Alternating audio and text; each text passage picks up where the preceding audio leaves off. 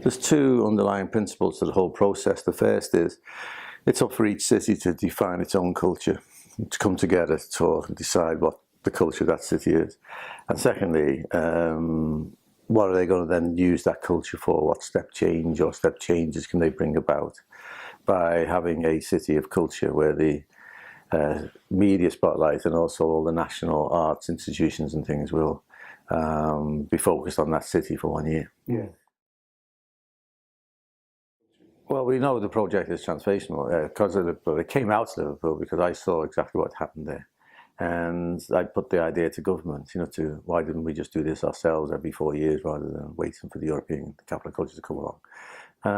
And it was in Liverpool transformational, and transformational in the sense that we Scousers had forgotten who we were, and so 30, 40 years of being battered by national media about, political dysfunctionalism and economic decline.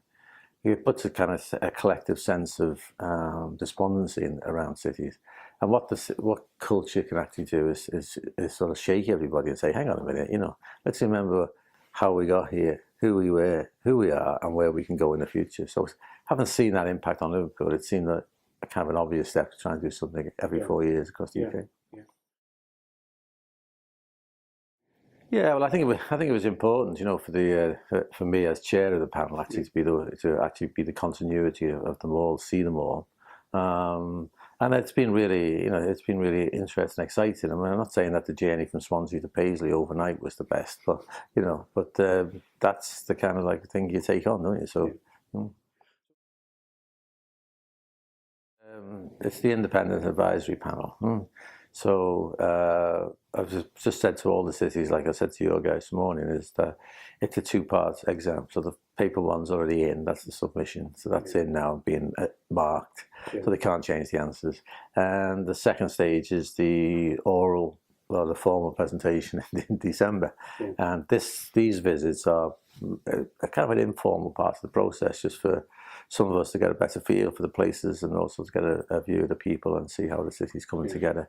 And then we will sort of, all 5 cities will present in Hull as part of the great handover, and then the panel will deliberate, and then white smoke will appear, and we're through a recommendation to the minister, and hopefully the minister will just say, brilliant, I'll move on. But actually, to be fair, it's like all the cities. I mean, you arrive with some form of opinion, and partly an opinion formed by your own bid writers, but then you also see parts of the city that you weren't actually expecting, like sunny weather, but, and every city actually has this whole range of hidden gems within it, and that old gag about you need a visitor to see your own city,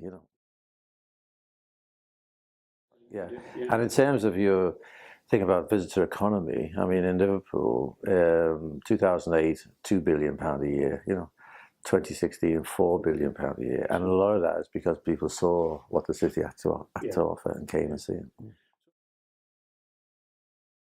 We try at the shortlisting stage to make sure that everybody who gets through will be able to deliver a good year, because the other thing you've got to remember all the time, this is the UK city of culture, and so there's a responsibility to people like the BBC, to the Arts Council, Heritage Lottery, British Council, all these people who support the year.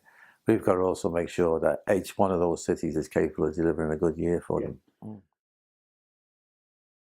No, not at all. There's no other criteria taken into consideration except the bid process itself and the pitch in December. That's all that matters. That's the criteria, and wherever it goes, it will be because that's the one that the panel thought would deliver the best year for everybody engaged.